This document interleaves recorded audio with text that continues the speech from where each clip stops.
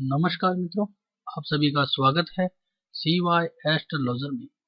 आज हम बात कर रहे हैं मैरिज के ऊपर। पहले भी हमने मैरिज के 2 वीडियो बनाए हैं। एक वीडियो में जिसमें हमने भावों को बताया था कि मैरिज के कौन से भाव हैं और किन भावों से मैरिज देखा जाती है, और एक वीडियो हमने नवमास पे भी बना दिया है। एक वीडियो हमने बनाया था शुक्र देवता की रोल के बारे में कि मैरिज को लेकर शुक्र देवता का क्या रोल है और शुक्र देवता कैसे सिग्निफाई करते हैं मैरिज को। और मैंने थोड़ा थोड़ा सिग्निफाई टेबल से मैरिज को सिग्निफाई और जो रूल है वो भी बताए थे। आज मैं एक कुंडली लेके आया हूँ और उस कुंडली पे हम प्रेडिक्शन करेंगे कि उनकी शादी कैसे होगी, कब होगी और क्यों होगी, क्यों नहीं होगी और क्या प्रॉब्लम आएगी। अब हम ये कुंडली है उस पर हम बात करेंगे। और मैं आपको एक चीज़ बता दूं, आप ये मेरे जो YouTube चैनल है इसको सब्सक्राइब कर लें, क्योंकि मैं मैरिज को लेके बहुत वीडियो बनाने वाला हूँ। क्योंकि ज़्यादातर लोगों की रिक्वेस्ट आ रही है, मैरिज को लेके आ रही है। तो अभी मैं ये जो वीडियो बना, इसके बाद मैं 2 कुंडलियाँ और लूँगा, उन पे भी मैरिज के बताऊँगा, और एक मैरिज क्यों नहीं हो रही उसके बारे में भी बताऊँगा। और उसके बाद ट्रांजिट से हम मैरिज को देखेंगे कि ट्रांजिट में भी मैरिज का क्या योग है या क्या नहीं है, और मैरिज किस दिन या किस महीने होती है।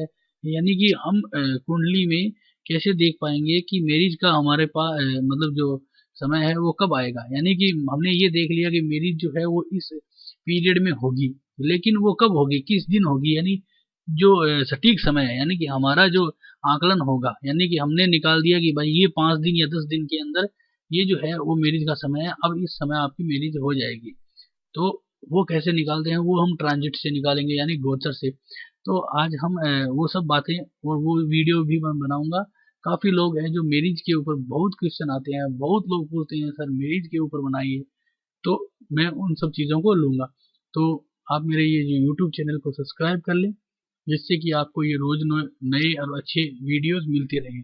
तो मेरा जो सिद्धांत है वो KP कृष्णमूर्ति का और वैदिक एस्ट्रोलॉजी का मिला के और थोड़ा बहुत मैं कुछ और भी जो है रूल मेरे को जो अच्छे लगते हैं वो मैं डाल लेता हूँ। ये मिला जुला नियम है, मिला जुले जो देखने का, प्रेडिक्शन करने का तरीका है। तो आज हमारे पास जो जन्म कुंडली है उसकी डेट ऑफ बर्थ है 21 मार्च 1979, 79, और समय है 21:40 और स्थान है बरेली यूपी। तो अब हम ये जन्म कुंडली में उनका रिजल्ट निकालेंगे। उनकी शादी जो है वो अभी तक नहीं हुई है, और क्यों नहीं हुई है, और उनकी शादी के में सबसे ज़्यादा परेशान कौन ग्रह कर रहा है और कौन सा नहीं कर रहा है, और उनकी शादी के लिए हमें क्या करना चाहिए। तो मैं यहाँ पे नारायण भाव चलित को लेता हूँ। मैं ज़्यादातर नारायण भाव चलित से ही करता हूँ काम। तो अब हम इसको प्रेडिक्शन करेंगे। तो ये तुला लग्न की कुंडली है, और तुला लग्न के जो मालिक हैं वो शुक्र देवता है, और वो चौथे घर में बैठे हैं। चौथा घर बहुत अच्छा है, और चौथा घर में धनिष्ठा नक्षत्र में बैठे हैं। धनिष्ठा जो नक्षत्र है वो मंगल देवता का है, और इस कुंडली में जो सबसे योग कारक ग्रह हैं वो शनि देव है। यानी शनि देव की जो राशि है मकर राशि, उसको चौथा घर मिला है, और कुंभ राशि को 5वां घर मिला है। तो इस लिहाज से शनि देव इस कुंडली में सबसे योग कारक ग्रह हैं, और बैठे भी लाभ भाव में, यानी कि लाभ स्थान में बैठे हैं, और लाभ स्थान में बैठ के अपनी दृष्टियों से लाभ की वर्षा कर रहे हैं। पहले तो स्वयं पर कर रहे हैं, पहले तीसरी दृष्टि से, और उसके बाद 7वीं दृष्टि से 5वें भाव में ज्ञान के, बुद्धि के, हमारे एजुकेशन के, और 8वें भाव में भी दृष्टि कर रहे हैं, जिससे कि 8वें भाव की जो नकारात्मकता है उनको भी खत्म कर रहे हैं। तो शनि देव इस कुंडली में सबसे योग कारक ग्रह हैं। उसके बाद शुक्र देवता स्वयं अच्छे घर में विराजमान है, और वो भी योग कारक हैं। तो और सूर्य देवता है वो छठे घर में है, वो थोड़े से कम थोड़ा सा गलत है विराजमान। तो ये प्राचीन ज्योतिष सिस्टम का तरीका है, और हम थोड़ा KP का नियम लगाते हैं इसमें। और एक और बताता हूँ, मंगल केतु का अंगारक योग भी बना हुआ है यहाँ पे। 5वें घर में मंगल केतु का अंगारक योग बना हुआ है, और यहाँ पे देखिए 11वें घर में शनि राहु का जो है वो पितृदोष भी बना हुआ है। कुछ लोग जो है वो शनि राहु के मिलन को पितृदोष भी कह देते हैं। कुछ जो लोग हैं वो सूर्य राहु को पितृदोष कह देते हैं। कुछ लोग जो हैं सूर्य और केतु को या सूर्य राहु को अगर 9वें या 10वें भाव में मिलन हो जाए यानी युति हो जाए तो भी पितृदोष कह देते हैं। लेकिन ज्यादातर जो पितृदोष है वो शनि राहु से ही बताते हैं, तो यहाँ पे आप देख सकते हैं। लेकिन ये पितृदोष और ये सब जो चीजें हैं ये मूर्ख बनाने के तरीके हैं और कुछ नहीं है। अगर इनकी शादी नहीं हो पा रही है तो वो फिर पितृदोष की शांति करा देते हैं और ये सब और फिर होता नहीं है, क्योंकि आप सोच सकते हो 79 यानी कि इस जातिका की जो उम्र है वो कम से कम अभी हो गई होगी यानी 38 साल की, यानी 38 साल की सोच लीजिए आप कि अपनी एज से कम यानी कि शादी की जो एज है वो हम अगर माने तो अभी के टाइम पे कि 28 29 30 तक शादी होती है लोगों की, नॉर्मल है ये एज। पहले जो एज थी वो 23 24 25 वर्ष की थी, अब तो है अब 28 29 30 तक की हो गई है। तो 28 29 30 तक की हो गई है, तो ये जो जातिका है वो 6 साल उनके अब ज्यादा हो गए हैं, यानी 6-7 साल। तो अब उन्होंने सोच सकते हो इन्होंने काफी उपाय किए हैं, जिनको बोला है उनको उपाय किए, तो राहु केतु के शनि के सबके उपाय कर लिए लेकिन इनकी शादी नहीं हो पा रही है। तो क्यों नहीं हो पा रही है आज हम उसको समझेंगे। हमारे वही रूल है, शादी के लिए 2 7 और 11, तो दूसरा 7वां और 11वां भाव है। और फिर हम विंशोत्तरी दशा में देखेंगे कि दशा का जो लोड है वो उनको शादी के लिए क्या दे रहा है। तो सबसे पहले हम देखते हैं विंशोत्तरी दशाओं को। आप हमेशा याद रखिए ये निरायण भाव चलित है, ये मैं यूज नहीं लेता हूँ। ये यहाँ पे आप मैं प्लेनेट की पोजीशन को हम ले लेते हैं, लेकिन मैं निरायण भाव चलित में कस्पर सबलोड जो आते हैं उन्हीं को यूज लेता हूँ। यहाँ पे प्लेसिडस सिस्टम में जो भाव है उनको यूज लेता हूँ। जैसे कि आप देख सकते हो पहले भाव में तुला राशि है और मैं ये ही लेता हूँ। दूसरे भाव में वृश्चिक राशि है और ये तीसरे भाव में धनु है, मकर है, कुंभ है, मीन है, मेष है, वृष है, मिथुन है। ये सब जो भाव है उनसे मैं लेता हूँ, यही नक्षत्र लेता हूँ, यही उपनक्षत्र लेता हूँ। तो निरायण भाव चलित का हम जो ये टेबल है इस सॉफ्टवेयर में आ रही है, हम इसको लेते हैं, लेकिन इसमें हम कुछ चेंजेस कर लेते हैं। अभी हम नहीं करेंगे क्योंकि ये अभी भी ये इस बार ये ठीक है। अब हम महादशा को देखते हैं।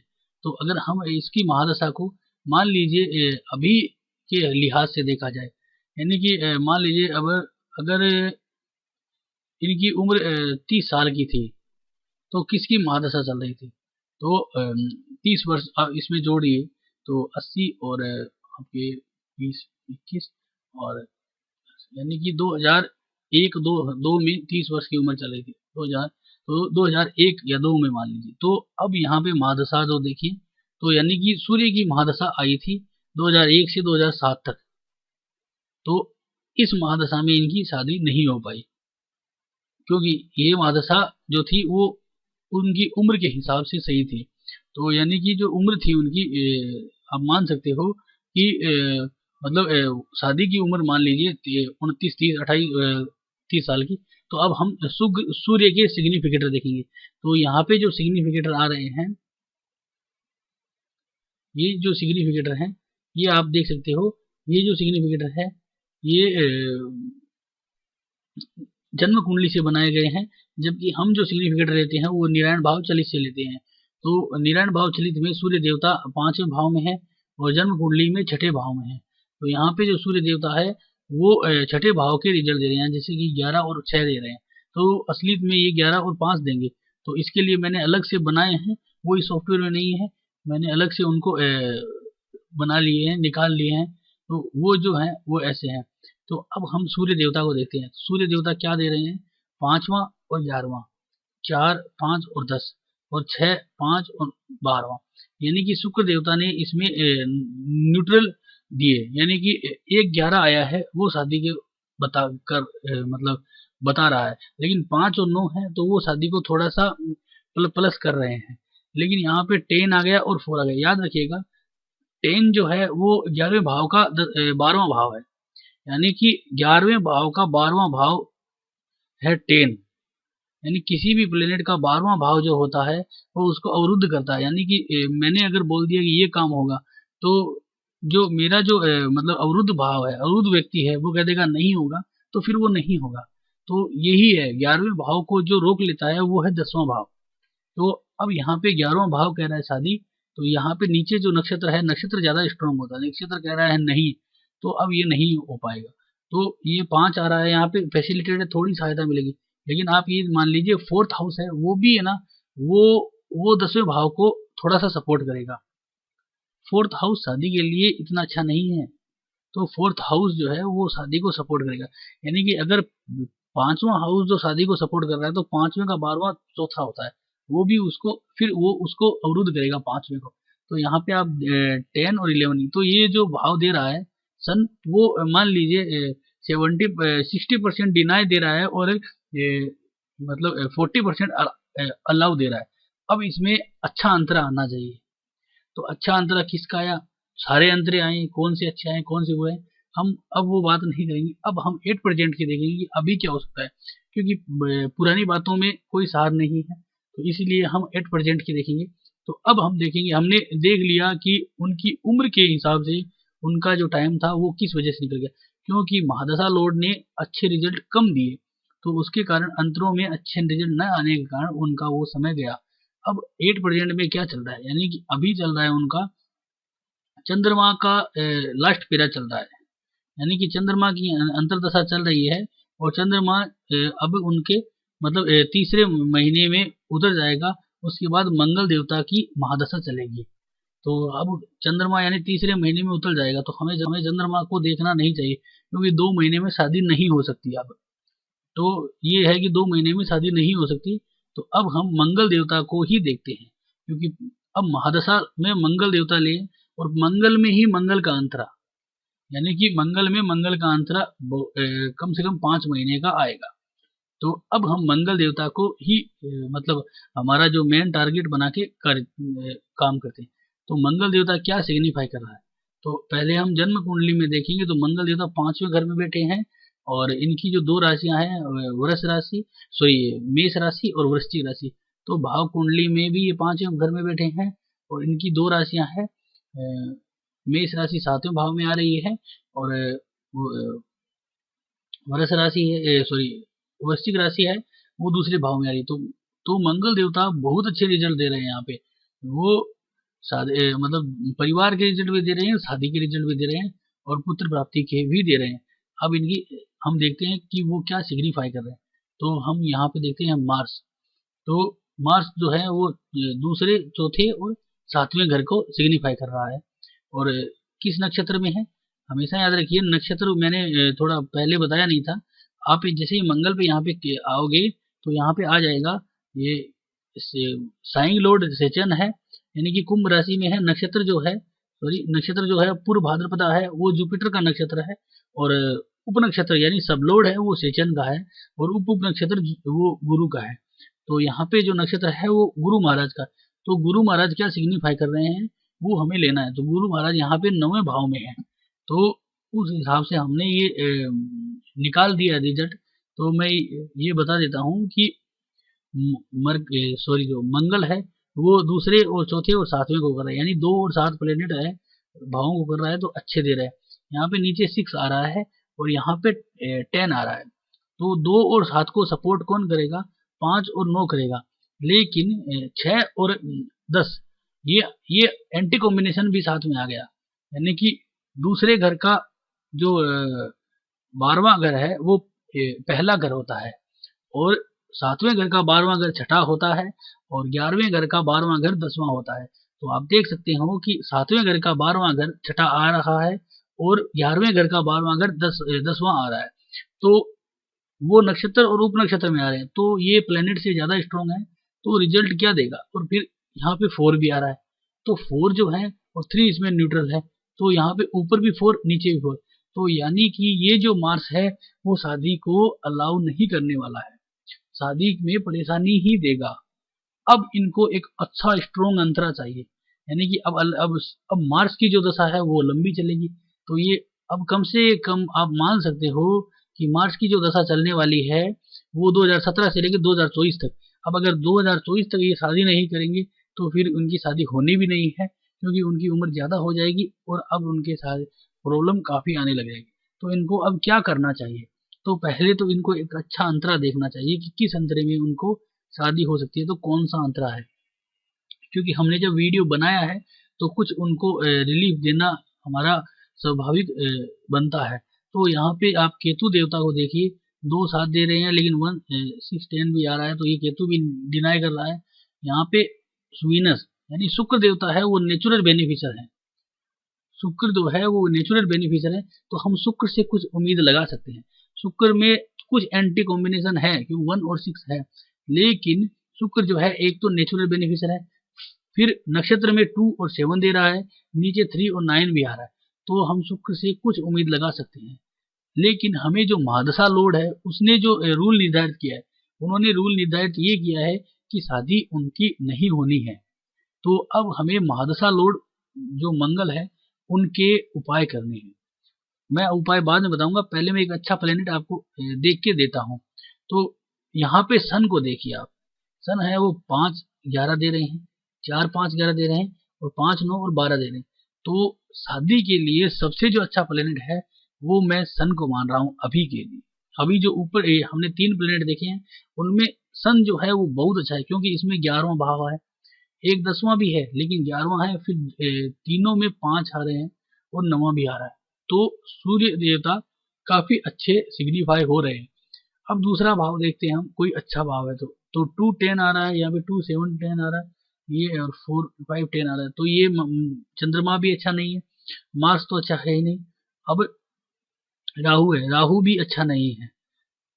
अब जुपिटर है वो 6 है, तो जुपिटर भी अच्छा नहीं है। सेचन जो है वो भी अच्छा नहीं है, और मरकरी है, तो मरकरी मरकरी ठीक है। तो अब इनको क्या करना चाहिए, तो इनके पास 2 प्लेनेट है, सन मरकरी, सॉरी 3 प्लेनेट है, सन मरकरी और वीनस। तो अब क्या करना पड़ेगा इनको, अब इनको ये करना चाहिए कि मरकरी जो है वो बहुत अच्छा दे रहा है रिजल्ट, तो मरकरी को इनको जो है वो बुध देवता का पन्ना धारण करना चाहिए, अपने तरीके से उनको पन्ना धारण करना चाहिए, और मंगल देवता की शांति करानी चाहिए। यानी कि शांति कैसे, वो नहीं कि आप खर्चा कर ले, मैं किसी को भी बड़ा खर्चा करने की राय नहीं देता, मैं कहता हूँ आप अपने खुद अपने तरीके से जितना अफोर्ड कर सकते हो, यानी कि मंगलवार के दिन भगवान बालाजी के दर्शन करें, उनके हनुमान चालीसा करें, संकट मोचन का पाठ करें, और उनको हो सके तो 5-10 रुपए का सिंदूर लेके उनको लगा दें, उनके मतलब जितनी हो सके लाल टमाटर का दान दे दें, और जो रेमेडी करें जो आप अफोर्ड कर सकते हो। आप अपना खून पसीने की जो कमाई है वो ऐसे ना उड़ाएं, ऐसी कोई पूजा पाठ न करें जिसकी वजह से आपको आर्थिक नुकसान हो।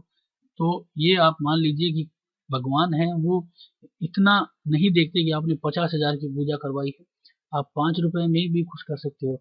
मैंने एक ज्योतिषाचार्य की बात सुनी थी, उन्होंने बताया था कि आपको जरूरत नहीं है भंडारा कराने की, आपको अगर भंडारा करने की इच्छा है तो आप जानवरों को करा सकते हो, चींटियों को करा सकते हो, कुत्तों को गिरा करा सकते हो, गायों को करा सकते हो, तो आप भी ऐसे कर सकते हो। आप लाल टमाटर है जो मंगल देवता सिग्निफाई करते हैं, आप मंगलवार के दिन 2 किलो हो 1 किलो हो कुछ भी हो 5 ही लाल टमाटर लें और गायों को दे दें, और मतलब कुछ ऐसी रेमेडीज करें जिनसे कि मंगल देवता हैं वो कमजोर हों, लाल कपड़ों को त्याग दें।